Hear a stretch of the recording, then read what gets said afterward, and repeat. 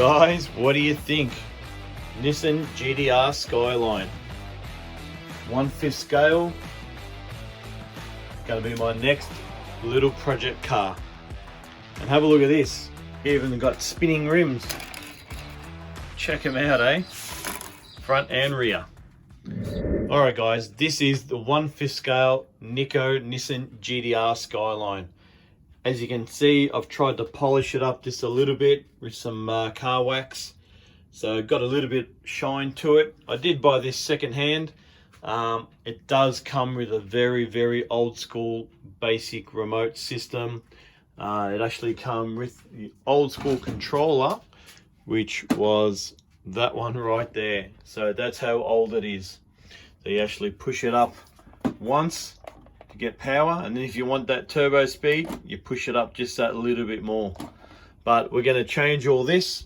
We're going to change it to a proper transmitter and receiver. And to actually get inside this, I have to actually unscrew it from underneath.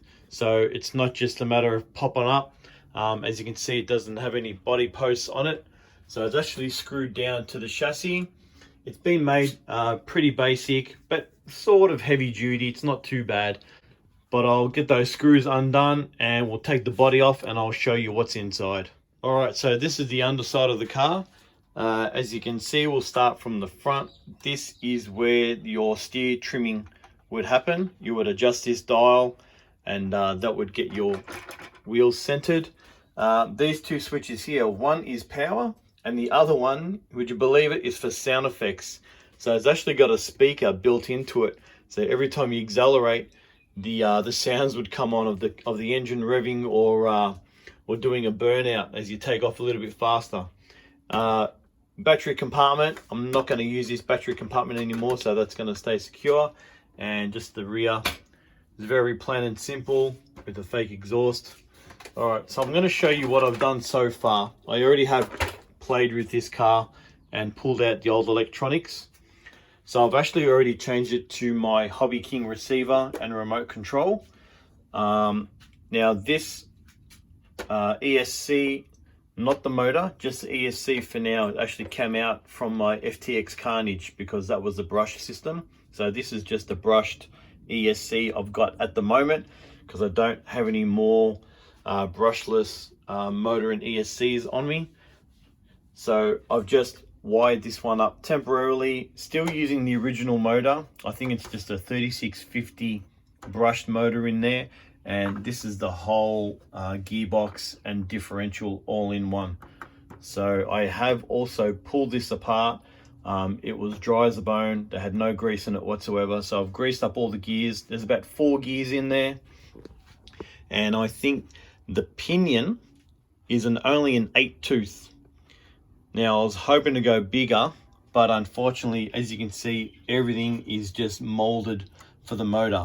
I know another motor will fit in there because it's the same can size, but I'm going to see if I can try and modify it somehow to at least get a 10 tooth pinion in there. So as you can see, that's where the speaker was. The speaker is still in there. You have to unscrew this whole top plate here to expose what's inside, and there's nothing in there. It's just a big sort of solid plastic frame. The wheels, the tires are very basic. They've actually, like, you can feel like the sections, so they're not like professional wheels or anything like that. They're just like a Kmart special, I reckon they are. And the servo I've changed as well, because the original servo, I'll show you the wiring. So this was the original wiring for the car. Look how old school that is. Look at the old circuitry to make this thing go. So that's where my power, battery and motor was there. And this is all make the sound effects and everything like that. And this was the steering servo. Look how many wires are on that. I think there's like 4 or 5 wires on that.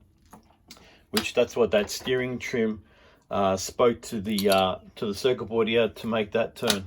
So what I've done, I've got rid of all that and put in a proper servo, which is under here. I'm not going to show you because I need to take off all this, and I've actually had to modify a little bit of a servo horn in there to make it work on the steering. And one other modification, guys, that I did realize you can do on this car is that the bonnet actually detaches from underneath. You can unscrew it and it actually comes up, and there is a void in there for a battery. So just temporarily for now, I just have to pop it with a little screwdriver, and that comes up, and voila, that's where the battery is going to go. So I've actually got room for nearly 2 batteries in there. So I didn't realize that the bonnet actually comes up. I just thought it was just secured down, but what I did a bit of a modification. I put a bit of a magnet on there, and the magnet and the plate on there, so once I'm driving, it won't fly up. So that'll just click down and the magnet grabs underneath, and everything's still nice and flush and smooth under there. But I reckon I'm gonna have to make some of those body posts there, the ones with the chrome plates on them and the chrome pins. So I'll probably end up drilling 2 holes in the bonnet just so I can pick up the open the bonnet, because I just can't get it at all. Can't get any. I've got no fingernails, so I can't even get in there at all. But yeah, that's going to be the next thing where the batteries will go. And just to show you an example of how big this car actually is, so here is my Cobra, and here is the GTR. Look at the size difference of that. Alright, so I've just got the battery strapped in. Please don't judge me. I've just got some electrical tape just holding it in for now, because I don't have I haven't fixed up that battery compartment yet. So yeah, just don't look at that. But here's the steering. I'll show you the steering on it. So that's the steering with the servo going in there, and throttle.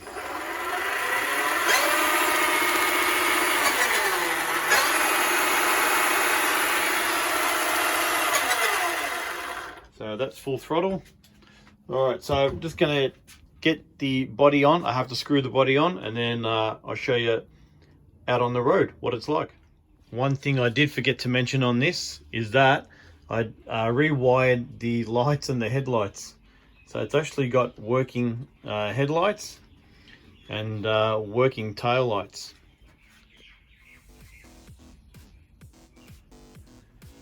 Those headlights aren't too bad either. Look at that, that's just lighting up just inside my little shed here.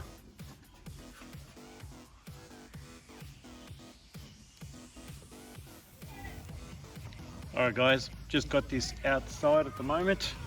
It's actually perfect timing because it's a little bit dark, so I can actually show you with the headlights on and the tail lights. So it actually looks really awesome.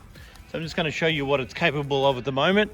Not going for any speed records at the moment. That's full throttle.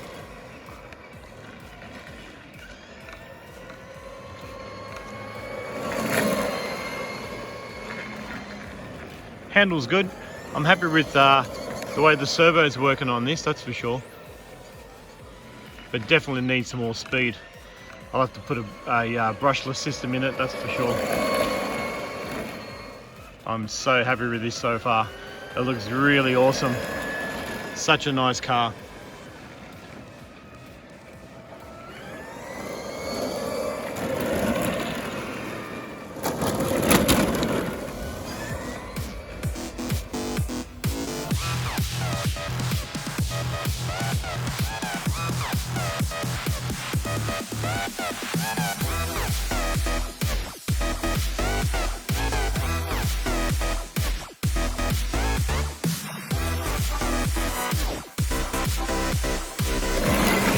Hasn't got the best suspension in the world.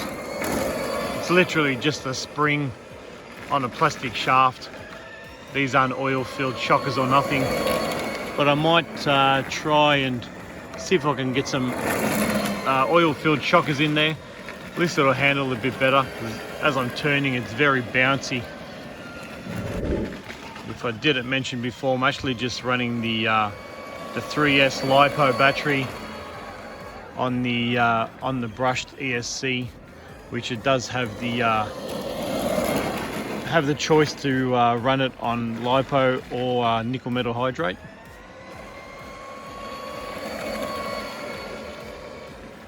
So there you go, guys, just a little project I'll be doing along the way.